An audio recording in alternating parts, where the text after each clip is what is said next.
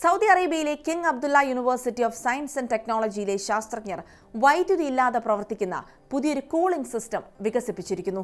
പരമ്പരാഗത AC സിസ്റ്റങ്ങൾക്ക് പകരക്കാരനായി നെസ്കോഡ് എന്ന അത്ഭുത സാങ്കേതിക വിദ്യ വഴി കറണ്ട് ഇല്ലാതെ സൂര്യപ്രകാശത്തിന്റെ സഹായത്തോടെ വീടുകൾക്കുള്ളിൽ തണുപ്പ് നിറയ്ക്കുന്ന സംവിധാനമാണിത്. വൈദ്യുതി ലഭ്യമല്ലാത്ത ലോകത്തിലെ 70 കോടി ആളുകൾക്ക് ഇത് സഹായകരമാകാമെന്ന് ഗവേഷകർ പറയുന്നു. മരുഭൂമിയിലെ കടുത്ത ചൂടിനെ പ്രതിരോധിക്കാൻ പൂർണ്ണമായും പ്രകൃതിദത്തമായ മാർഗങ്ങൾ തേടിയുള്ള ഗവേഷണമാണ് നെസ്കോഡിന്റെ രൂപീകരണത്തിലേക്ക് നയിച്ചത്. പരമ്പരാഗത ACകളെ പോലെ കംപ്രസറുകളോ പരിസ്ഥിതിക്ക് ദോഷം ചെയ്യുന്ന റെഫ്രിജറന്റുകളോ നെസ്കോഡ് സാങ്കേതികവിദ്യയിൽ ഉപയോഗിക്കുന്നില്ല. ഇതൊരു സോളാർ റീചാർജബിൾ കൂളിംഗ് സിസ്റ്റമാണ്.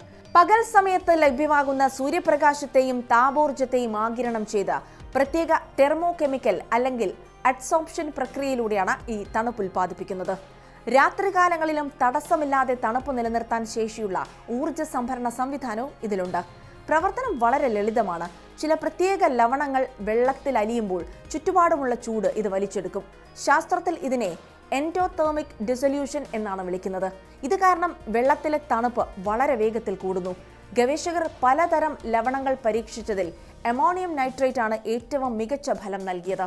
ഇത് വെള്ളത്തിൽ വേഗത്തിലും കൂടുതലായും അലിയുന്നത് കൊണ്ട് കൂടുതൽ ചൂട് വലിച്ചെടുക്കാൻ ഇതിന് കഴിയും.